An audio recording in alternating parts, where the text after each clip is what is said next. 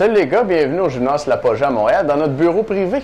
Ben oui, c'est notre bureau. Et aujourd'hui, je vais vous montrer un outil qui vous dit si vous êtes surentraîné ou pas. Cet outil-là, ça s'appelle un dynamomètre et ça mesure la force de votre main, la force de préhension qu'on appelle dans le jargon.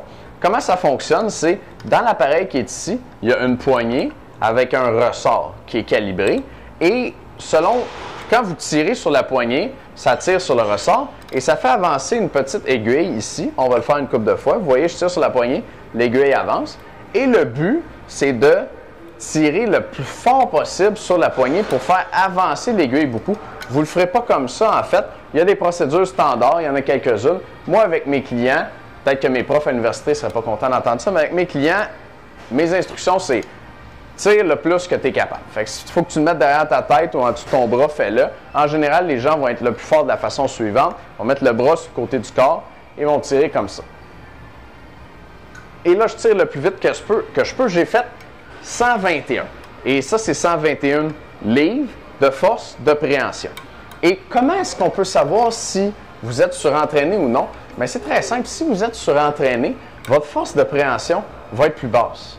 Par exemple, la semaine passée, la fin de semaine d'avant, j'ai eu une fin de semaine de débauche totale. Je suis arrivé au gym, j'ai mesuré ma force de préhension, puis au lieu d'être à 121, j'étais à 109. J'avais perdu 12 livres de force de préhension.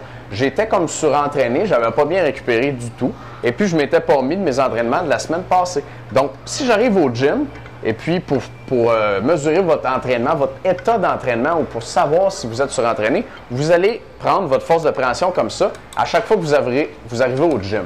Si vous entraînez dans un Nautilus ou un énergie cardio, souvent ils ont ce matériel-là, vous demandez le dynamomètre. Est-ce que je peux utiliser le dynamomètre?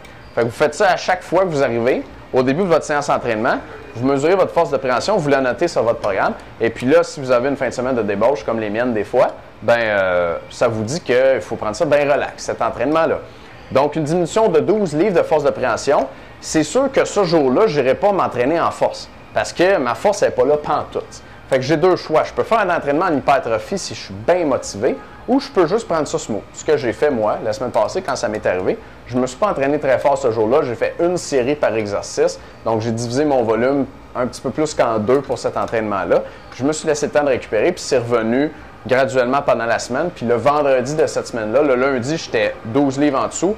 Puis le vendredi de cette semaine-là, j'étais à mon poids d'avant, même qu'aujourd'hui, j'ai fait 121. En général, je fais 120. Fait que j'ai bien récupéré.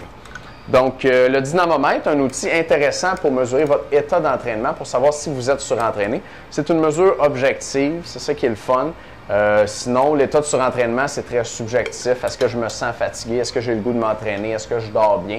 Toutes ces choses-là, des fois, ça peut être un peu flou à mesurer, mais il n'y a rien comme une bonne vieille aiguille sur un cadran pour nous dire la vraie affaire. Et le dynamomètre, c'est très intéressant pour cette raison-là.